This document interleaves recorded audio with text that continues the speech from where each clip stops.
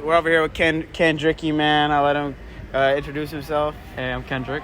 Kendrick, yes sir, man. IG handle, Kendricky. Yes sir, in the building, man, in the building. All right, bro. First question I gotta ask you: what's like the first piece you got that like you was really in love with? Like the first memorable piece you were like, damn, like this shit is it. Probably 2019. 2019 was a blur. I got a lot of clothing back then. Yeah.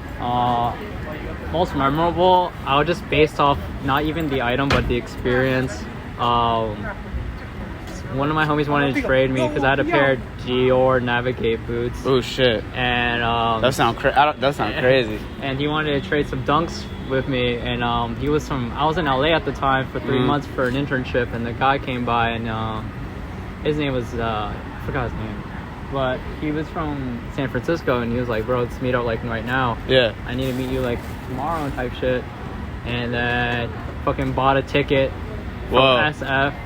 Was it SF to LA? Whoa. No, Las Vegas. He was like, I need these. And then we met up at the airport. I traded him for the Dunks, for the Navigates.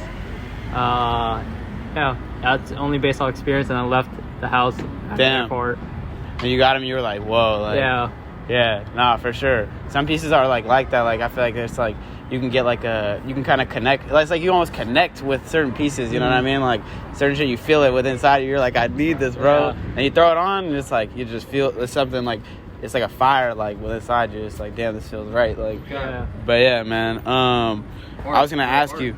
Yeah, facts, exactly. Like, what inspired you to, like, get into, like, have you always been into, like, getting fly and shit? Or, like, what inspired you to kind of, like, step it up and get into like, clothes, like, you know what I mean? Like, I've always kind of, like clothing since I was, like, 14. My mom has always kind of been opening my eyes to certain things. Oh, no, she was getting fly? Yeah, like, it was kind of, like, I was on the internet a lot. Tumblr was, like, crazy. Yeah. You had a lot of, like, the dark wear era where everyone was like wearing it for the first time. Yeah. So I was doing that, but I was like, I had no money, so I bought all the like, the H&M versions of whatever people are buying. Yeah, Hey, H&M had some shit. H&M had, especially back then, bro. H&M had some drip, man. Motherfucker, we used to wear Yes Style, bro. If you knew about it, it was like the Asian fashion era. But, yeah. So you say like 14. I'm 25 now, so it's been like 11 years since I've been into fashion. Hell yeah, bro. Yeah. What would you say, like, how's the game, like, changed the most since then? Or, like, what aspect?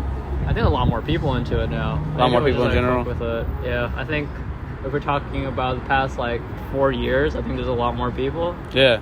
But definitely, this last 4 years has definitely, like, it's been a big spike, for sure. Yeah, but I think there's a lot less people who, like, are really into it. I think they're into it from, like, the base level. Yeah. They're just like it's like it's like you said, base level. I was gonna ask you too, like, do you feel like the game's like watered down now? 100%. You think it's watered down in terms of like people really fuck with the clothing, didn't fuck with it before for like the weird for like the whole look, and I think people just like it wasn't even about trends. I think people just wore whatever they felt like. They were like on fashion forms, wearing whatever the fuck they wanted. Yeah.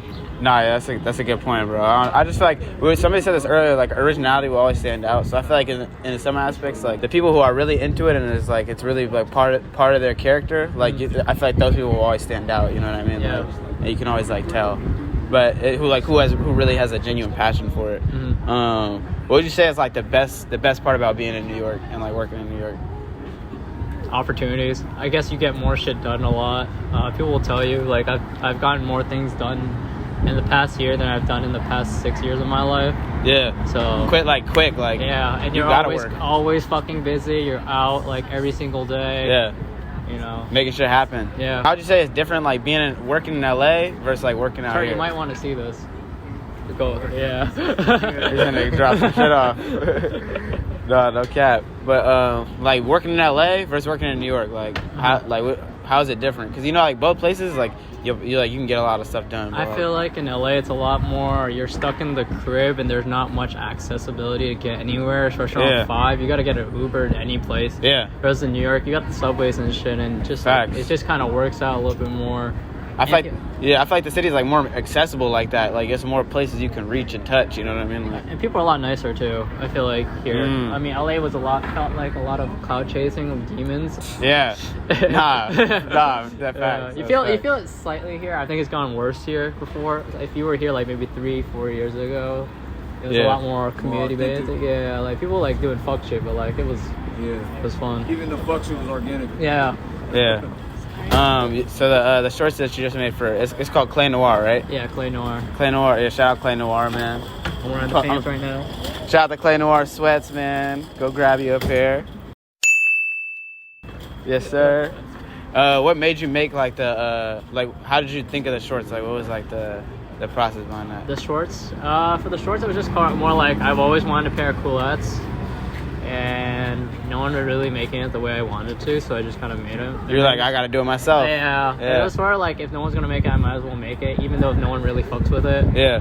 I made it for myself. I feel like part of being like having like a successful business with like clothes or with anything is like people are always like looking for like a problem, but it's really like what can I solve? Like what can I solve? You know what I mean? You're like, man, nobody's getting these pants how I want them to. Like shit, I'm gonna solve the problem then. Like, exactly. And then people will just fuck with your vision. Like, but yeah, that's fire. All right, my last question: what's your advice for somebody who's like starting a brand or like has a brand? Like, what would you say? I think a lot of people are going to tell you to just do it, and I think that's just too easy of a answer. I think the biggest advice I would give you is be conscious of what you're trying to put in and what you're trying to get out of it. Because, I mean, it's all about, like, what kind of stance are you trying to put into, and not about, like, just doing it. Like, you can start it, but I think if you really want to be successful, I think it's about, like, your ethos, what you're standing for. Yeah, hell yeah. You gotta like stand on your values. Like hold your values true to you. Exactly. Yeah, that's fire. Well shit, I appreciate you, bro. Quick interview. She like, I'm like, I might get so gone. I forget about you. She like, boy, you fly. I know it'll